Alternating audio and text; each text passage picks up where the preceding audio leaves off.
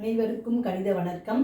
இப்போ பார்க்க போகிறது 7ஆம் வகுப்புக்குரிய கணக்கு முதல் பருவம் பயிற்சி 1ல் 3வது கணக்கை பார்க்க போகிறோம். அதில் 2 கீழ் காண்பனவற்றை கூட்டுக, எண்கோட்டை பயன்படுத்தி கூட்டுக அப்படின்னு சொல்லி கொடுத்துருக்காங்க.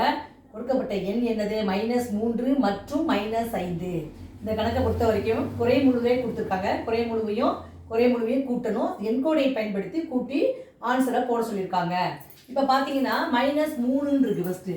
அப்போ 0லேருந்து -3 அலகுகளை நகர்த்துக்கிறேன். இங்கேருந்து பார்த்தீங்கன்னா -3 இது வரைக்கும் வந்துடுது. -3. அப்புறம் அதுக்கு பிறகு எவ்வளோ கொடுத்துருக்காங்க? -5. அப்போ இதுலேருந்து தொடர்ச்சியாக -5ஐ கூட்ட வேண்டும். ஒரே முழுவாக இருக்கிறதுனால இதுலேருந்து நம்ம என்ன பண்ணுறோம்? -5ஐ கூட்டிகிட்டு வரோம்.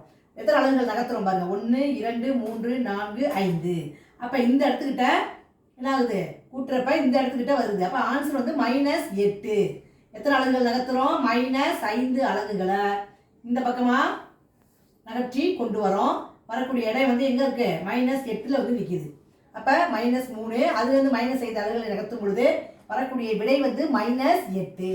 இப்போ நம்ம நேரடியாக கூட்டும் பொழுது -3ஐயும் -5ஐயும் கூட்டும் பொழுது ஒரே குறியீடாக இருந்தால் என்ன செய்யணும்? அப்படியே கூட்டிட்டு அப்புறம் அந்த குறியீடை இட வேண்டும். 3 5 கூட்டினால் 8 -8. அப்போ எண்கோடையை பயன்படுத்தி செய்யும் பொழுதும் விடை என்ன கிடைச்சிருக்கு? -8.